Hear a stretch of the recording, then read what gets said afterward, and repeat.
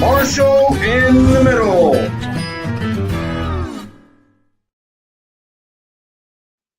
Welcome back to the NBC Room.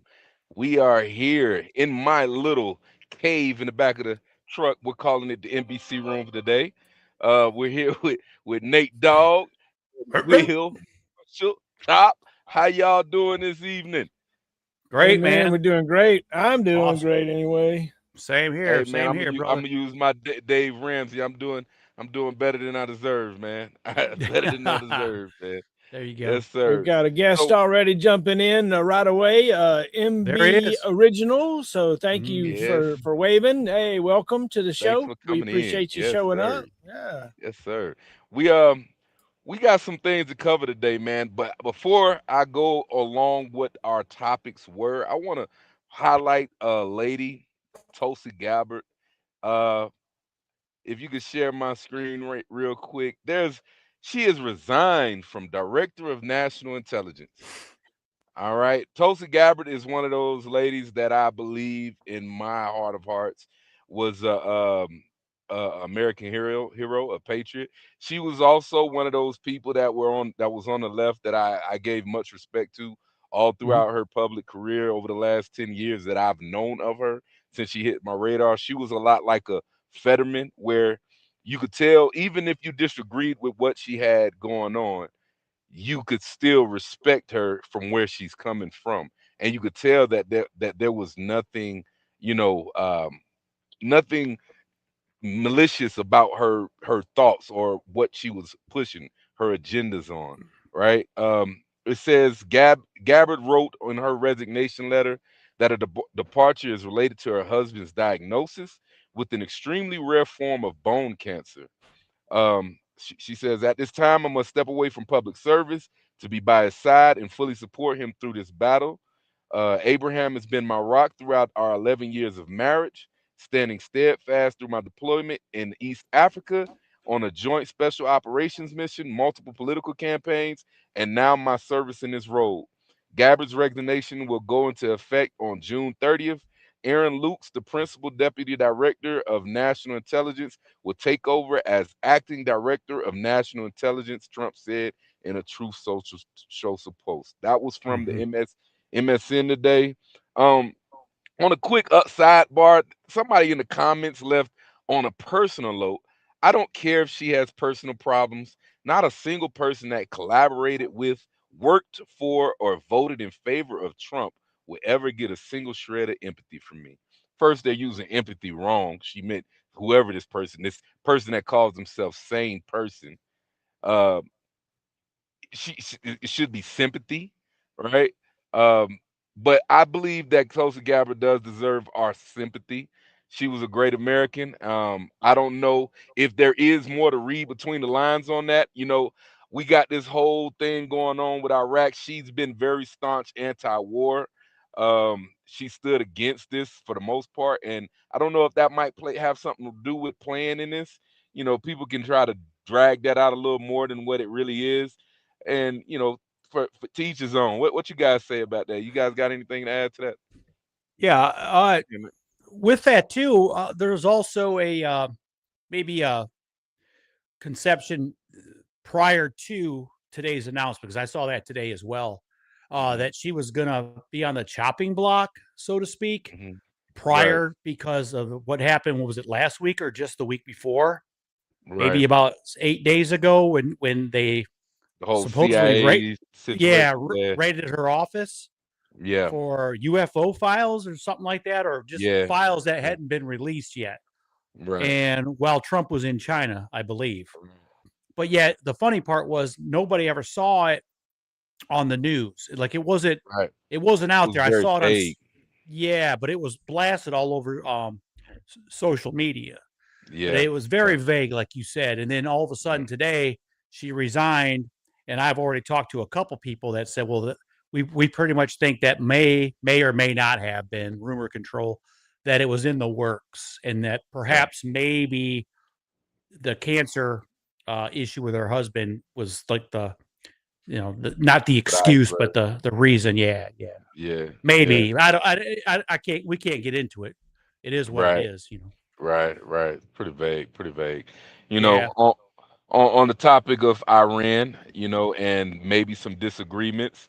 Um, we have the voting rights of the War Powers Resolution, right? So, the Senate voted 50 to 47 to advance the War Powers Resolution on Iran, but the final passage failed at 53-47, largely along party lines. All right, so on March 4th, 2026, the U.S. Senate held a procedural vote to advocate a war powers resolution aimed at limiting President Trump's authority to conduct military action against Iran without congressional approval. The motion to discharge the resolution from committee passed 50 to 47, with four Republican senators, Rand Paul, Lisa Murkowski, Susan Collins, and Bill Cassidy, joining nearly all Democrats in support. Democrat Senator John Fetterman was the only Democrat to vote against advancing the measure. All right. The final passage vote, the resolution formally titled SJ Res Resolution 104, sought to direct the removal of U.S. armed forces from hostilities in Iran unless explicitly authorized by Congress. On a final vote, the Senate rejected the resolution 5347, with most Republicans opposing it and most Democrats supporting it. Notably, Rand Paul voted in favor, while Democrat Senator John Fetterman voted against it.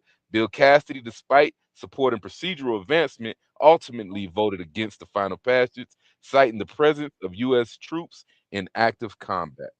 All right, so essentially, we're looking at a what looks like everybody's kind of divided on whether or not Trump can keep pushing this agenda.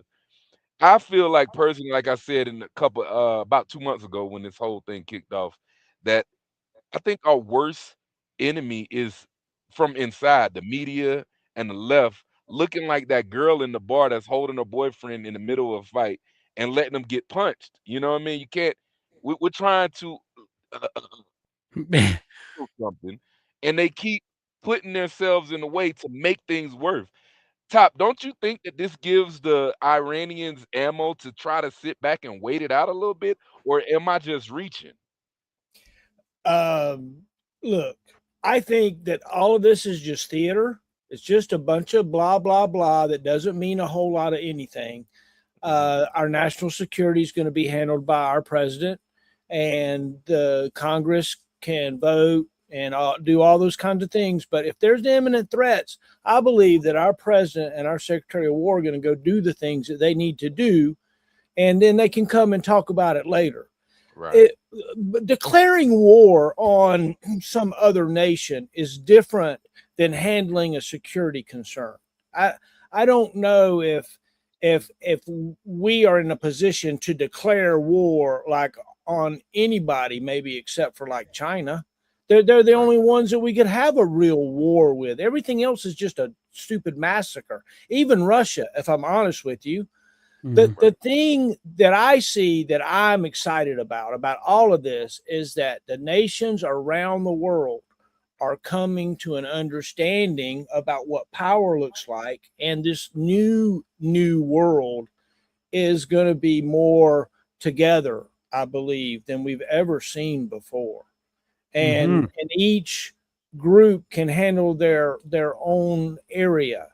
But to answer your specific question about the Congress, I think it's all theater, it's all bullshit, and we don't need to pay any attention to it. Ultimately, I agree with you. The theater, and it is bullshit. And the number one thing that I think really bugs me about it, though, right? We got a president that's trying his damnedest to do some negotiations. He keeps trying to, put a good effort, good faith effort, even more effort than as we talked months ago. I was the hardliner on this panel. I was. Oh, he wants rain down fury on those fucking bridges and power plants. Yes, let's do it. Let's get this shit over with. That was my stance. Because in Mhm. my mind, for 47 years, these people keep playing this drag the ball down the road, kick the ball down the road, postpone, try to delay. And I don't think these Iranians are stupid. there's a reason why they say that this is like the fourth highest IQ population in the world, because they're actually intelligent. They're not dummies, right? Mhm. They're watching the discourse in America.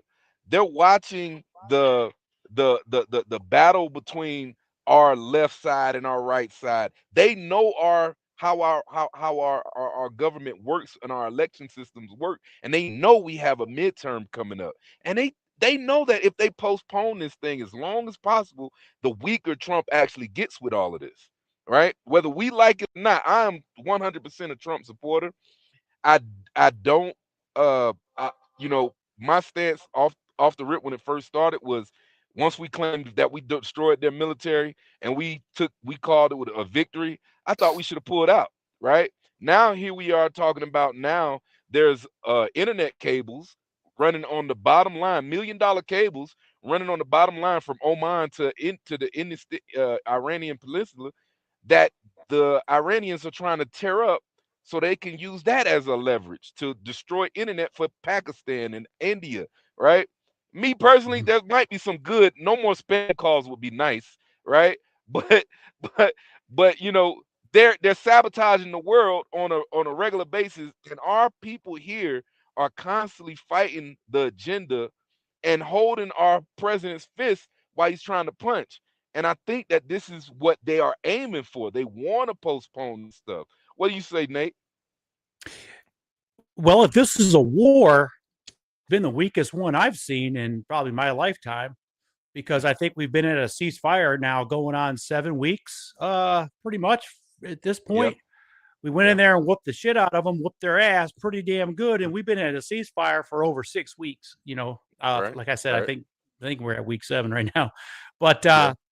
they can't argue that this guy wants 78 peace, and he days, I doesn't want. think. Okay, guy does not want annihilation of anybody. He's already Right. proven that now. He proved that Right. about a month ago. He's trying his Right. damnedest, like you opened up with on it, negotiating his ass off, man, and to the point where a lot of us have been like, "Hey, let's get this over with, man. Let's go in there Right. and get it over with." But on the other hand, too, hey, he makes his argument. He makes his point. You know, I would rather finish this by less people dying than more people dying. He says, but either True. way, this will be finished. True. And did you just notice today, this afternoon, the Truth Social message that he put out there about not attending his son's wedding this weekend?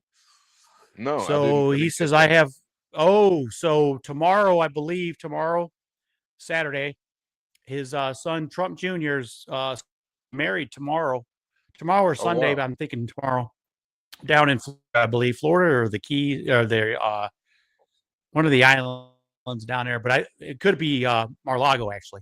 But he put a True Social thing out, and he said that his son understands. He already talked to him, and he wanted to apologize for not being there. But there is unfinished business that he has to attend to this weekend from the White House, from the Oval Office. He's got Okay. government business he has to attend to. Business of the That's gotta United be big. States comes first. Something's going to happen. That's gotta I be don't want, big. man. Let me back that up. Let me back that up for our listeners out there, because I don't want to put myself in that position, but I think something big's going down. And a lot of the commentators on these shows already they brought that out. They're like, does I Right. on anybody's mind? But yeah, Right. he put that out today on True Social. Yeah. Yep. Okay. Well, Interesting. with that being said, I think that ultimately he's not going to make a bad deal. He's not going to take a bad deal, and it kind of goes to show that he doesn't really care about the politics of it. He's trying to do what No, he feels is right, and no, I can no, not at all. always salute that. I will always salute somebody that doesn't care about what's popular but what's right. So, Yeah. with that being said, let's move on to the next topic. The next topic is domestic. We have a communist issue in America. I might get poo-pooed for this, and people might just, roll their eyes at it like, yeah, yeah, yeah. But the current situation in our country's ideals, and why the Democratic Socialists of America has ballooned to be what it is today, is based a lot off our economics. And there's a lot to be said, both left and right perspective, of why this is, and I'm going to get into that.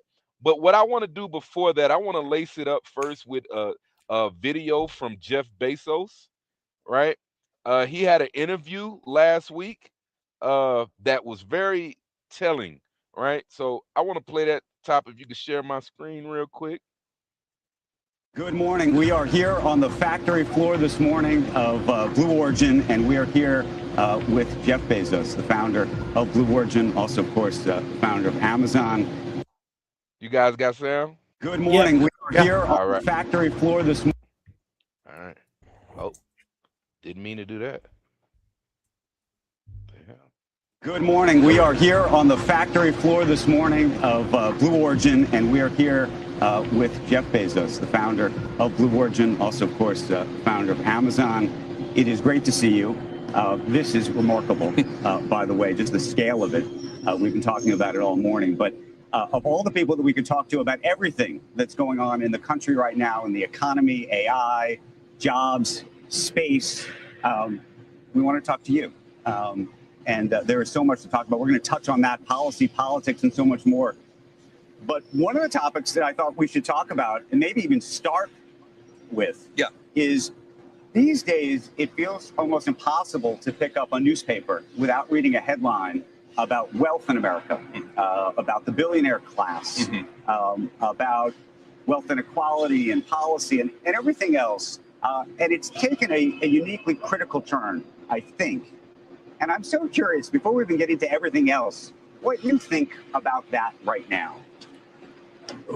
Well, first of all, Andrew, I'm glad you're asking the question. I think it's a really important topic. And I think it's an important one to discuss because I see the same thing you do. You know, you see it in a bunch of headlines, you see it in a bunch of places. And I have been thinking about like, what is driving this? Because it does seem different from 10 years ago. And I think what's going on is that it's kind of a tale of two economies. So you have a bunch of people in this country who are doing really well, but you also have a bunch of people in this country who are struggling to pay rent, groceries.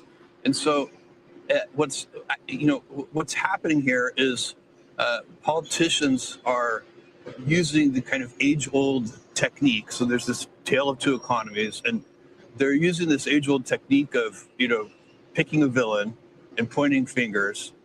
But the problem is that doesn't solve anything. And so, like, if you want to help the group of people who are struggling, you have to figure out real root causes and solutions, and that takes skill. It's like the way if we have a problem at Amazon, the way we would fix it is we would go in and we'd do the 5 whys and we'd try to get to a root cause. We'd try to find a root fix. And then when we fix it at the root, you're fixing it forever. It's a real solution. And what we don't do, because it doesn't work, is just point fingers and blame people. It might feel good for 10 seconds, but doesn't accomplish anything. And so what could you really do? So, like, I started. Do you have a plan? I have some ideas. I have some places to start. So, I started thinking about this and doing some research. A nurse in Queens who makes $75,000 a year pays more than $12,000 a year in taxes. Does that really make sense? So people talk about, making the tax system more progressive. How about we start by having the nurse in Queens not pay taxes? Why is a nurse in Queens who makes $75,000 a year paying more than $1,000 a month in taxes? That's $1,000 a month that could help with rent or groceries or anything. And so, and by the way, do you know what that all adds up to? The bottom half of income earners in this country pay only 3% of the taxes. So, it's only 3%.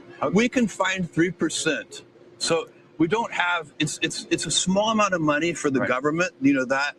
And really, and the more I thought about it, to me, it's kind of absurd that we're doing this. We shouldn't be asking this nurse in Queens to send money to Washington. They should be sending her an apology. It really makes no sense. Okay, but then on the other end, the question is, should you be paying higher taxes to pay for the 3% component part of this that you think is going to need to be paid for, if not more than that, given the debts we have? It's certainly a perfectly valid policy debate, right, to say, do we want an even more progressive tax system? So, the kind of the line that gets quoted all the time is, the wealthy should pay their fair share. Right. And we can argue about what the fair share is. That's a policy debate. That's okay. But the vilification is the thing that's just right. the distraction. And by the way, if you really are being honest about it, we don't have a revenue problem in this country. We already have the most progressive tax system in the world. The top 1% of taxpayers pay 40% of all the tax revenue. The bottom half pay only 3%. We have already, and I think it should be zero. I don't think it should be 3%. Right. I think it should be zero. So we'd be making it more progressive that way. We actually have a spending problem, and that's a skills issue. I mean, let me give you an example. The New York City school system, right? They spend $44,000 per student. $44,000. That's 30% more per student than other big cities like Chicago, right. LA, and Boston. And it's 3 times more than Miami and Houston. And by the way, New York City doesn't get better outcomes.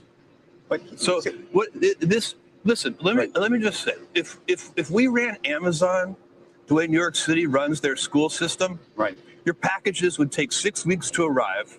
We'd have to charge you a $100 delivery fee, and then when the package did finally arrive, it'd have the wrong item in it anyway. Right. We can't. That's a skills issue, Andrew. It's right. It's not skills issue. I mean, I can't disagree with him in any way, but how do we get this message to the youth, to my generation and younger? What do we tell them to help them understand that the billionaires and the wealthy are not necessarily the enemy, and aspiring to be wealthy is not evil? This is what is being pushed. The thing that I think that many of us don't understand is how already communistic we are in our country. If I work for Northrop or Hawthorne or Lockheed or anything like that, I can't sell my product to just anybody I want, right? I'm an American company. I have to sell it to whoever the U.S. government says I sell it to. And it's that way with everything else. The minute that our country started the welfare program, they became responsible for millions of families. Once you start issuing a check as a government to people, that check will never stop. You can't stop it. The people will wilt and die. And that's why everything keeps getting and ramping further and further and further. So to say that in our country that we are a democratic, free country to do anything we want, look, just ask my neighbor next door, okay, that likes to smoke weed, that just got pulled over by the cops, last week. And just because he lives in Alabama and not in Florida, he's in jail. Our country is not some free society. You got to take. Yeah, the school districts are really hurting this subject. Like you said, like both of you said, it's taught. It's taught. I was a teacher for 10 years, and I actually seen it. I've seen people walk out, shaking their head out of my classroom. We would have discussions and stuff, and I saw a government teacher walk out one time and just shake his head, and I forget what the actual subject was, but he come in to get a cup of coffee, and as he was leaving in the middle of our discussion, he said, "Yeah, that's capitalism for you," and shaking his head. And I'm thinking to myself, of course, I didn't say nothing in front of the students, but I thought to myself, what is this guy teaching? He's a U.S. government high school teacher.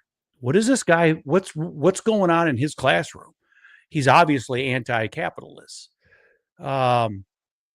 Is that what he's teaching? Is he teaching the Marxist ways? Is he teaching the socialist ways, communist ways? I mean, and then you have to go back to, okay, well, what university does this guy come from? What background does this guy have? And you see it more and more. I mean, so in the event of communism being spread in this country, it starts at the education level. And what scares the shit out of me, guys, is what level is it starting at? Are Right. we going down to the elementary school level? Are we Right. going from K to 6? Is this where it's starting? 2 plus 2 does not equal 4. I don't know who told you that. In this school, me as the teacher, this is what 2 plus 2 equals. I'm using this as a sarcastic example, but that's scary shit, man. It's starting at the school level. So this is my take. All right, Top. I get where you're coming from, as far as we already are a socialistic or communistic type of country. There are social safety nets that we have, but you have to also encompass the idea that socialism can only exist on the back of revenue being generated in the first place. Like, the reason why we progressively keep getting deeper into this is 90% of people vote for their self-interest. That 99% of people are always going to vote for their self-interest.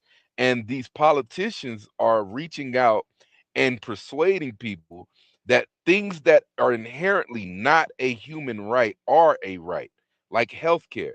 Healthcare is not a human right. Okay, no matter how many times people try to explain this shit, a doctor, somebody who goes into $200,000 worth of debt, going to one of the best universities to become a neurosurgeon or whatever field of study he goes into, has the right to charge for his labor. To say that healthcare is a human right is also saying that he is a slave to anybody that comes in with a brain disorder or a brain issue. This is not what this country was founded on. And what is happening is the more and more we are becoming less informed on this stuff, people are voting and expanding the social safety nets. Yes, we started giving away welfare, especially during the Greater Society Act, right? Lyndon Baines Johnson, he came in with the New Deal. All of these things have been battles that have taken place in Europe that they latched on to over here and are changing the dynamics of this place. And the reason why we lead the world economically is not because of those ideas we left. It's because we came and opened up the markets and let markets dictate and less government intervention. When as it's been well stated on my channel and also on this show that we've been doing, I was in prison. I got out of prison in 2014. It was me and two other guys that we used to be at Sumter Work Camp. And every day we would sit down and we would talk business. I had all types of subscriptions that would come into me from Inc. magazine, Forbes magazine. There was books that I was reading, Rich Dad, Poor Dad, Think and Grow Rich, Laws of Success. All of these ideas that were flooding my brain, and I was sharing it with them, and we were sharing and brainstorming. All three of us got out of prison within within 3 years of each other, from 2013 to 2016, the height of Trump's time, right? All of us make no less than $100,000 a year, all three of us. But during that time, while we were there, all of those other inmates used to look at us like we were fucking crazy because we weren't partaking into the foolishness they were on. We were filling our minds with trying to understand the world that we walked away from. You know what I'm saying? And Mhm. make decisions to get where we at. And one thing that I gained a new appreciation of through it all was my patriotism and capitalism. I Mhm. realized that I can come out here and make something happen for myself. I didn't need all that woe is me shit that I was taught growing up was not real. It was an illusion. And one thing that I've come to understand now is that that subversion of that American grit and this idea of the American dream is being stolen from us, but it's being stolen from us by an illusionary prison of envy. of jealousy. I've seen so many videos of people envious and jealous of millionaires and billionaires, swearing that they have no right to have the money that they have. And if I showed people what I did, the minute I got out of prison, my first job, I was the 50th person on the job. It was a farm. It was a farm, and I got fired. Why? Because of Obamacare. That was my first. That was my first time understanding, like physically, how government overreaching into business can directly affect you. People may ask, why did you get fired? Well, I was the 50th person, and according to Obamacare, every time any company went from 49 to 50 people, they had to pay $3,000 a tax penalty per head for people that they didn't supply health care for. So instead of me getting fresh out of prison without a job, I got fired from a farm because I was the 50th person. This was devastating to me. I had to go find something else to do, but I did. Yeah. What I did, I went into another place. I walked. I was in Florida, hot sun, Tampa, Florida, in the middle of summer with a 3-piece suit, walking miles, getting signatures for legalizing marijuana, $2 a head. You know, I was doing what I could do to make some money. I ended up getting another job. Within a year, I was a general manager there. I started making a decent income. I bought a raggedy ass 1991 pickup truck. It was a Ford Ranger, right? I made no excuses for anything I did. When I got off work, I would spend 16 hours. My wife could attest to this. I would spend 16 hours a day working as a general manager of this hydroponic farm. And then immediately after getting off work, I would ride all around town picking up pallets. And after I picked up pallets at this little route that I made, I would go and pick up these fucking phone books, these yellow pages from this place, and store them at my house, at my mom's garage, because I would deliver them shits on the weekend. So I was triple and double dipping on so many different incomes, and then I messed around, got my Class A CDLs, right? I saved every freaking penny I had and threw it into ETFs and dividends. And I started making compound interest work for me. Within 2 years, I had enough cash to go buy a house. Right? I look at a lot of the problems we have in this country, and the reason why people are struggling is, one, they don't want to have the grip. They don't want to do the hard work. People can look at where I'm at now and they want to take from me. This is how they look at the world. Oh, you don't deserve that. Oh, you're greedy. How am I greedy? Yes, I want millions of dollars. I want it. And I'm going to keep going for it. Right? And there's nothing wrong with that. And I think that's what's beautiful about America. You have the choice to do that. So with that being said, I want to highlight some things. If you could share my page real quick. Dang, there you go. You guys see that? Yep. All right. This show has become crack to me. It's called Financial Audit. Caleb Hammer. If you guys have not checked it out, check it out, and you will get into the mind of a lot of individuals who tend to say they hate this country, right? They hate this country. But this digs into their finances. All right. So in essence, this is what I think is the problem with people. With blue hair, you think I'm patriotic? About Why economics. would I be patriotic when we're spending more money on bombs than we are for like social programs? Literally just got the information that you were just wrong, and yet you're still doubling down. I'm a military kid, and I can tell you that shit is not needed. What do you mean? I have opinions on a lot of things. That you don't know anything about? I definitely know more than I thought I did. What? You contribute literally nothing. You've only been a taker, and yet you're the one that doesn't like the country? I would Then the leave one if that I gives could. everything is the one that likes it? I would Leave for leave if I could. where? Anywhere. They are in $418,000 of debt trying to leave the country because they want a socialist paradise. This guy. A month? Yeah. Yeah, dude. $10,000 do for a living. So I do software. What do you do for a living? So I do software engineering. Cool. So you make some money. What are you making? 10,000. A month? Yeah. Yeah, dude. $10,000 a month is great. Why the f are you so it's just you and your cat, as you admitted. How could things be so bad? I didn't think it was that bad. Oh, yes. You have $40,000 in bad debt. What do you do for a living? $10,000 a month, and he's complaining. 20 boo-boos in 1 month. Go off! You're choosing this over your child. What do you think of 20 little boo-boos in a month? How much you spent total in the boo-boos? Whoa, how much do you think she spent? Hopefully not more than 300. Try doubling that plus. $700. $700 to la boo boo. And they're These are the people telling us we don't know how to spend our damn money. One more. Yeah. how much debt does the household have? Like 500,000. 391. But here's the reality: you're selling the RV tomorrow. I don't want to sell it. I do not care what you want. This is a minimum monthly payment and maintenance and bullshit and things that you cannot afford in any way whatsoever. Do not care what you want. That takes our debt down from that 6.5 years to 4.5 years just by selling the RV. Are you going to do it? It'll have to be a discussion. Huh? It'll have to be a discussion. No, this is the discussion. Will you do it? I don't know. Okay, then f off. Then I don't care and I'm done with you. Because saving 2 years just by selling an RV, if you're not willing to do that, you're pathetic and you're not worth another second of my fucking time. This is how they think. This is how they think. That's absolutely right.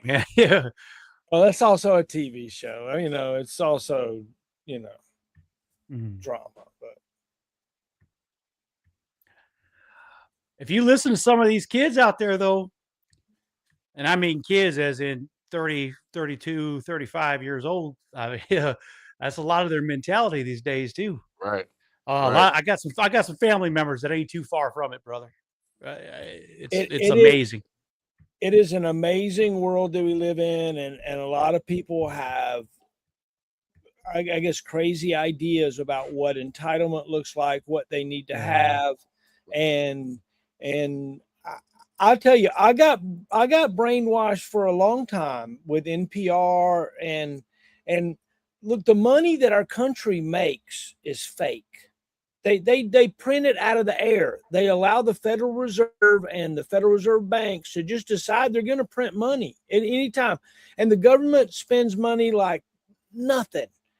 Our government could very easily get rid of income tax, could very easily get rid of lots of different things. Matter of fact, the only tax that I actually have any thought that could be a good thing is sales tax, because we can use the government to protect the buyer and the seller through some things.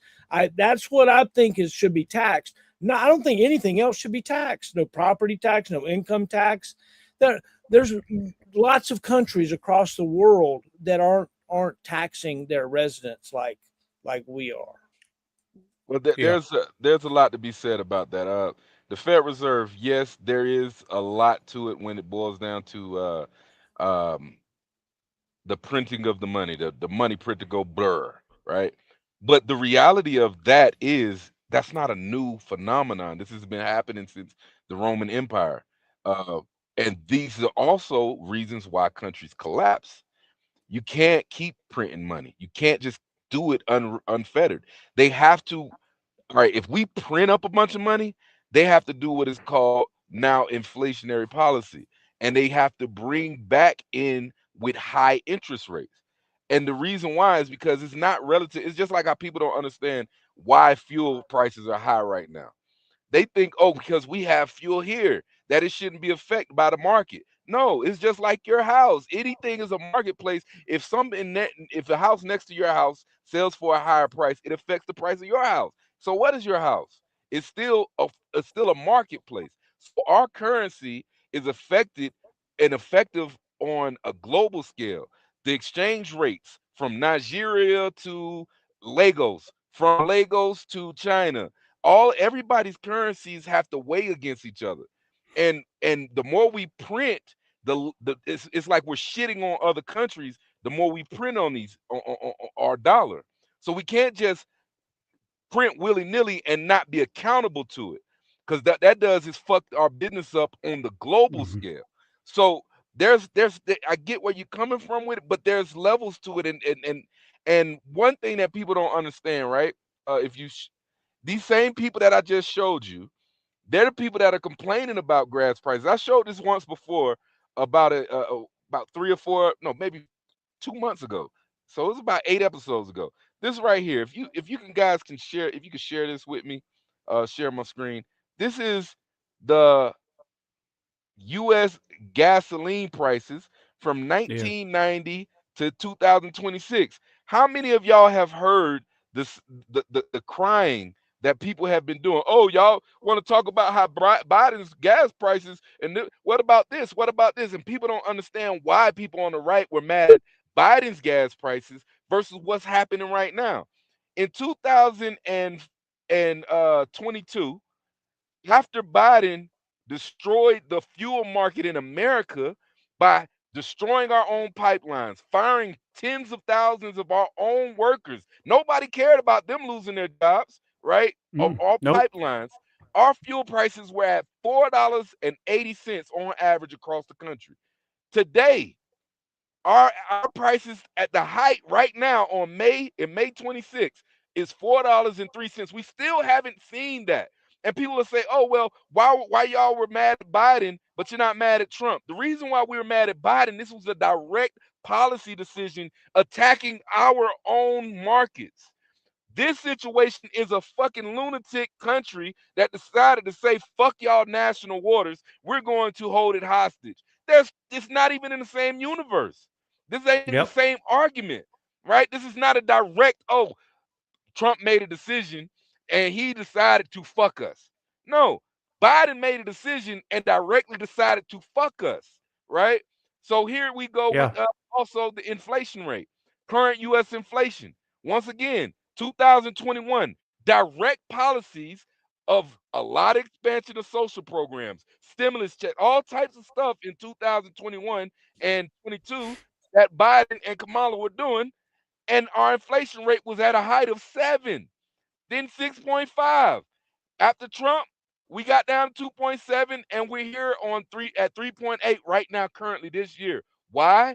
Because of the war, and this also pulls back into the War Powers Act. That's what the argument is about. What if we need to print up some more money for this war or this conflict? So I mean, the hyperbole that these people keep trying to put towards this argument, it shows a lack of information or lack of knowledge. But there's politicians, just like Jeff Bezos says, that works on the ignorance of people, not in the negative sense, but just not knowing. That works on the ignorance of people, gets them emotionally riled up, and I can't for the life of me understand why they want to. If you'll share my screen one more time, right? I asked Google how many elected politicians in U.S. are registered with the DSA, the Democratic Socialist Party of America. As of 2025, the Democratic Socialists of America reports that over 250 of its members hold elected public offices across the United States. That is astronomical to me. That is terrifying to me because in my mind these are the same people that's pushing for the death taxes. They every year we need 2% more on your property tax. Every year we need 4% more on your property tax. It's not conservatives pushing for that shit. That's the last thing we want. So my problem is, how do we stop people from being persuaded with this bullshit? And I know, Nate, you said education system. I'm 100% behind that. Top, what's some ideas you got about that? I'm not sure really how we change our thought process other than what we're doing now, just talking to people. But we really, we're all, again, looking at the same elephant, touching different parts of it and seeing, different things develop. What I would hope is that we would realize that we want to be unified as a country. When somebody says "Make America Great Again," that slogan, it's not a bad thing. I would love to see us all unified, all excited, all proud to be Americans. And I went we played at the little memorial thing for the old folks home last night, and we're up there singing, I'm proud to be in America. It's really amazing thing, our country and what we've been able to do. And we can't lose sight of that. We can't keep dividing ourselves and deciding that because I'm blue, I have blue hair, that I get certain rights, or I don't know. It's just, We just have to find a way to love one another. That's what my grandma always said. Yep. Yeah. And Well, yeah, another thing too is education and the media. They allow these politicians to get on there and say exactly what you just said, Ray. We need more shows like this where you can put a screen up there, on CNN or CBS or NBC and show the American people exactly what we just showed our audience. You don't have that.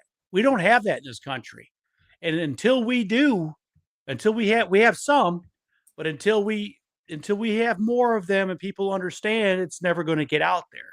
All these media commentary individuals are going to do is push the issue. Gas prices are here because of Trump's decisions. That's it. That's all you're going to hear. And that's what the people are going to go to the voting booths with, unfortunately. that is so unnerving to me. You get in these comment sections sometimes, and I rarely comment because uh it's like I feel like the comment section isn't where you can actually convince anybody of shit. Everybody in any comment section is already 100% locked into what they believe. They don't want to hear Mhm. what you have to say. And it makes me mad because I like you say, Top, I want to love and I want to unify with my fellow American. I want us all to have the pride. Like when I got out of prison, I was more patriotic than I had ever been while I was serving 18 months in Iraq. Right? Like I was, and the reason why is because when I was young, I come from an area of Tampa, Florida that was you could call it slums, right? And the narrative going around me was how this country had held us down, how the white man's doing this and white man's doing that, and I didn't really I didn't really embody all of that, right? But I had this idea of America being this unfair place because of what I was taught, right? So when I went to the military, I went to the military because I wanted to get out of that area. I wanted to get away from that and I wanted a new opportunity, right? I wanted to get school money. I wanted to, little by little, I met a lot of people from different walks of life. Like my boy always, you know, acknowledge.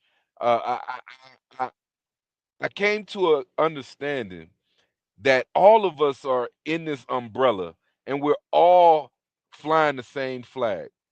But when I went to prison and I had so much time to really sit back and reflect on what my misunderstanding was on the game of being call it a game, the game of being Mm. an American citizen, what that means, how our government is formed, what made our government so different than anything else that at that point has seen. Because as you know, Top, I had been around the world at that point.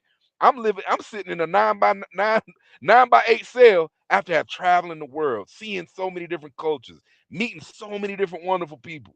And I had to sit back and reflect and analyze why the fuck am I here? And what did I not understand? Right? And I finally had a sober mind because after I came home out after the military, I was drug induced all the time, always out of my fucking mind, drunk.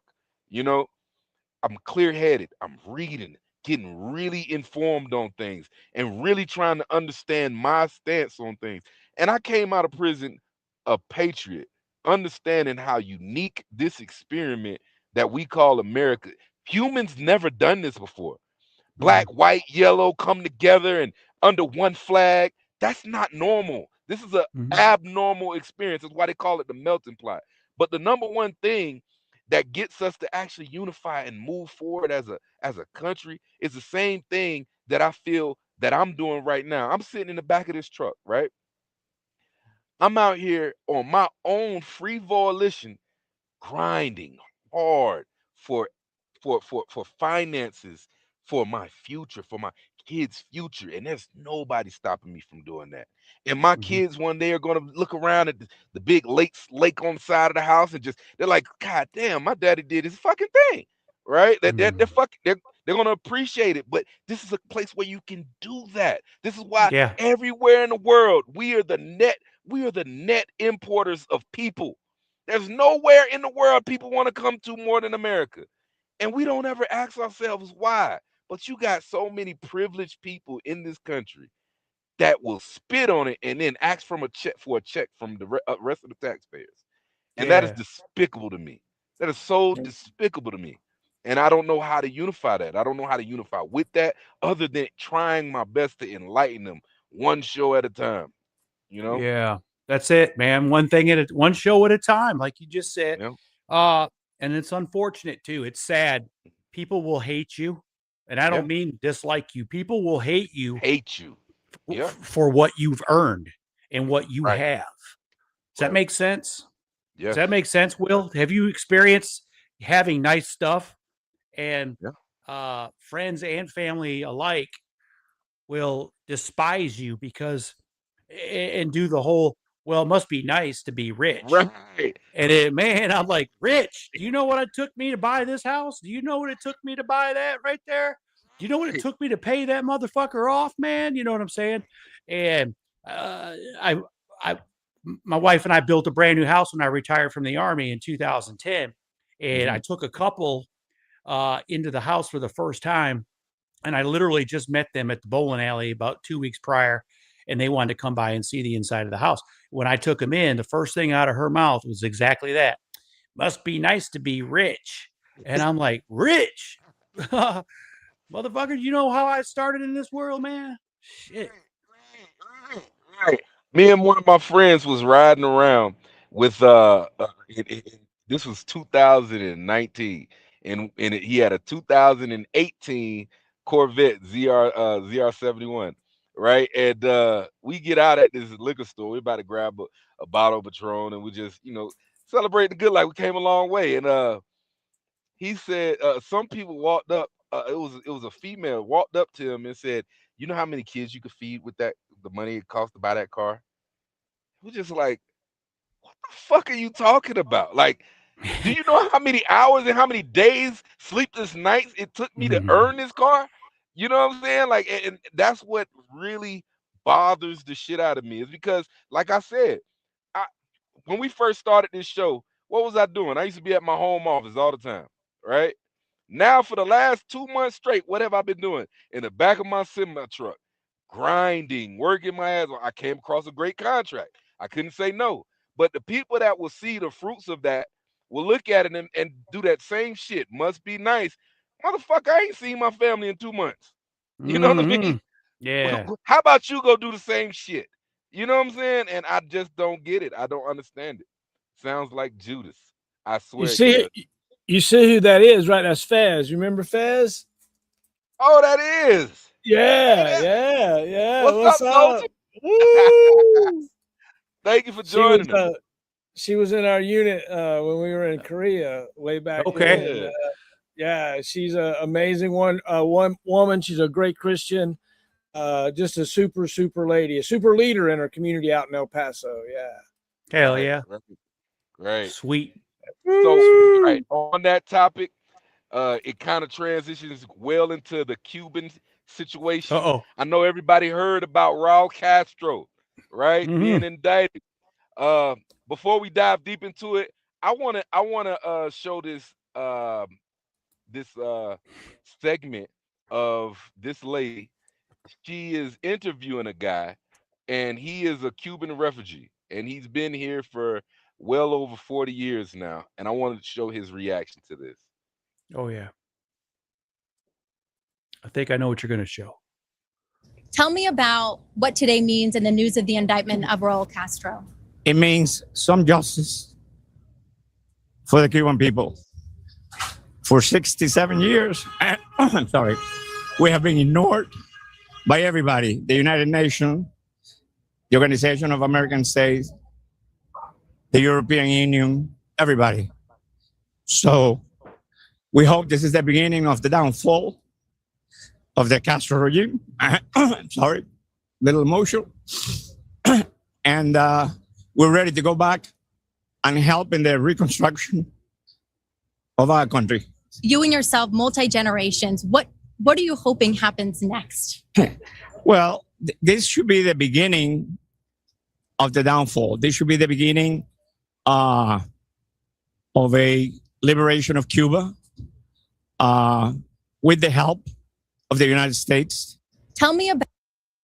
Two more clips that supporting this. What percentage of people do you think are suffering here in Cuba? La mayoría. George. La mayoría. What's your thoughts on communism? ¿Qué piensa de comunismo? De lo más malo que ha existido en la vida ha sido el comunismo.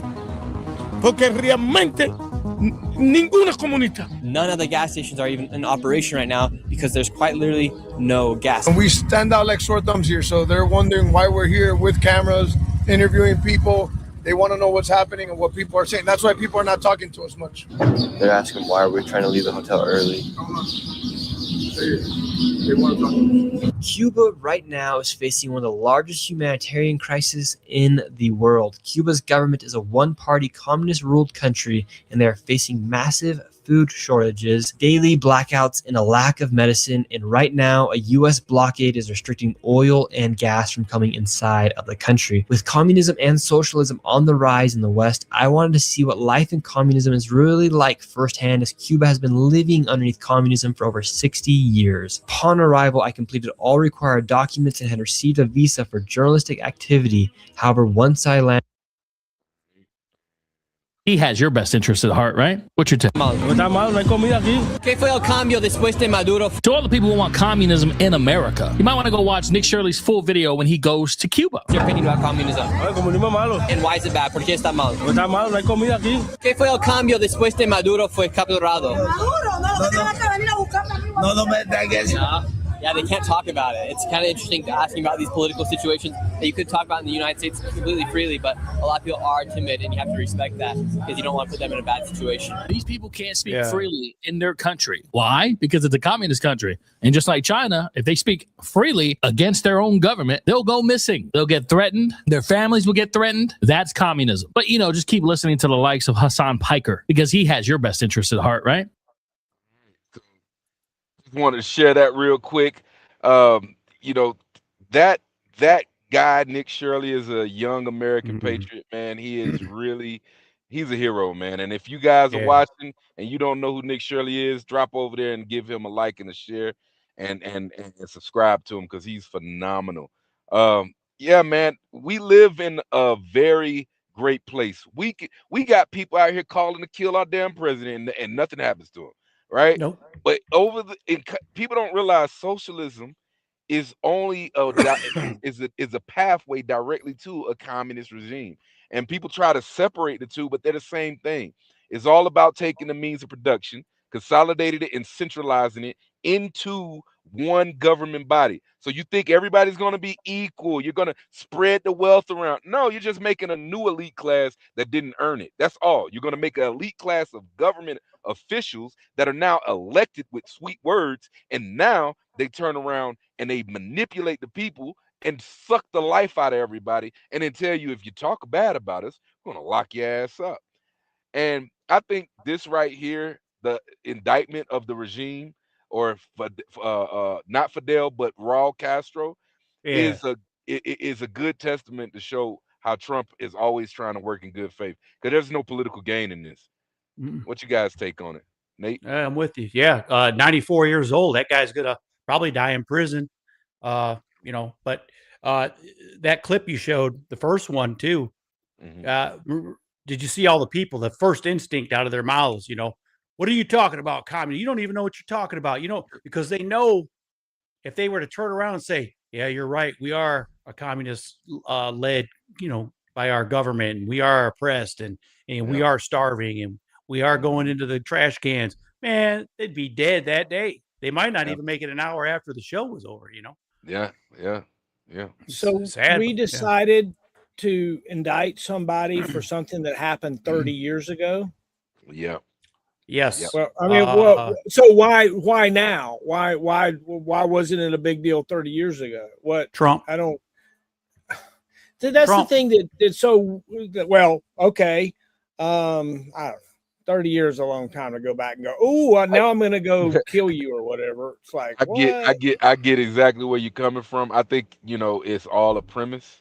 And if you look at the statement from Marco Rubio put out directly to the people, it's all about trying to give the people back their power. That's all it boils down to.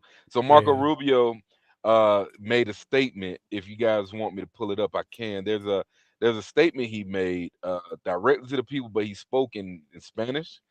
And it's basically telling the people that you guys have lived under the boot of communism for so long, and we finally have a regime here in America that wants to see you guys liberated and allow for all of you refugees that have been over here for so many years to actually participate in rebuilding a nation that deserves its rightful place in the Western Hemisphere.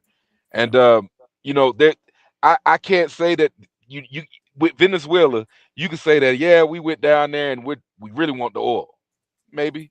You know what I mean? Like, you know, maybe I'm not even going to deny that, you know, is resources in our hemisphere, and the Eastern Hemisphere was taking it. You know, why not stop them from doing it? You know, so it's like what we said last show about what's good for the goose, good for the gander. I get it, right? But the Cuba situation is really humanitarian in my eyes. When the more I look into what's been happening over there and what this regime has been doing to its own people in our backyard. I mean, Cuba's literally what, 15, 19 to 20 miles away from the bottom of the Keys. It's really in our atmosphere, and we can reach out and touch them. And I think that maybe it shows good faith on Trump's behalf, because I don't see how this helps him politically. When you look at those the interview of the elderly man crying, you know, that's in Miami. Right. He can say these things, and he can cry on TV, and you could tell by the emotion immediately. He couldn't even keep a straight face. And that just proves the devastation that these people have lived through. And he remembers that 70 years ago, man. And you know, I'm sure he was probably a teenager, maybe a young 16, teenager at the time. 16. But that's stuck in his head, man. You know, just imagine. Now the Venezuela, Iran, and when I say Trump, well, I meant this administration in particular. I really do think they have a purpose of liberating these nations. 47 years of Iran, 30 years of communist rule in Venezuela, I believe. 90s, was it? No, it was 2005. So okay, 2005. So 20 years. You know, he's one at a time. He's liberating these nations. Now, as far as the oil goes, I'm with you. We're going to get something out of it. Just like he said, when we left Iraq, you know, in 2011, you know, we should have took the oil. I think he said we could have had our hands for all the blood we spilt in that nation for 8 years in Iraq. You know, very large oil supply. Right. Yeah. He's going to make some. As a businessman, he's going to make something for us too. Go ahead. I think when all this is said and done, that I think that Trump will go down as a great president, and I think he's doing great things. Personally, I do. I do too. Agree. Top, you got a sponsor? Yeah, let's talk about it. We need to definitely talk about this right here. Where is it? I've lost it.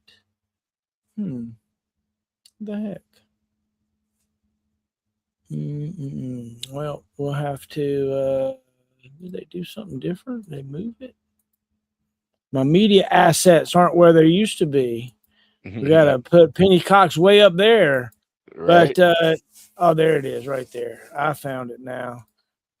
Look at this donor template right here. Our donor status. We've got master rated donors.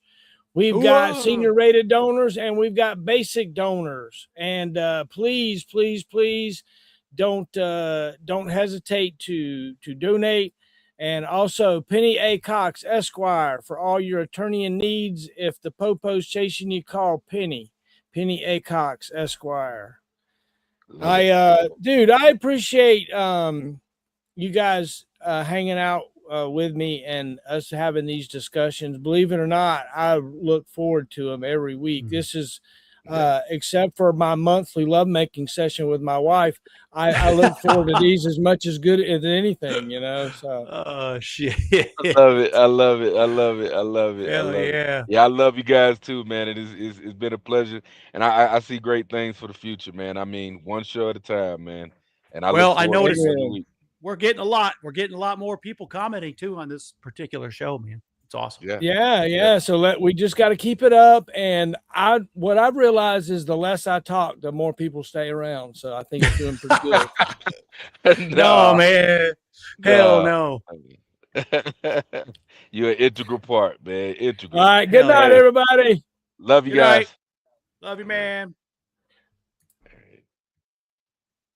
Yeah, that was awesome. Marshall in the middle.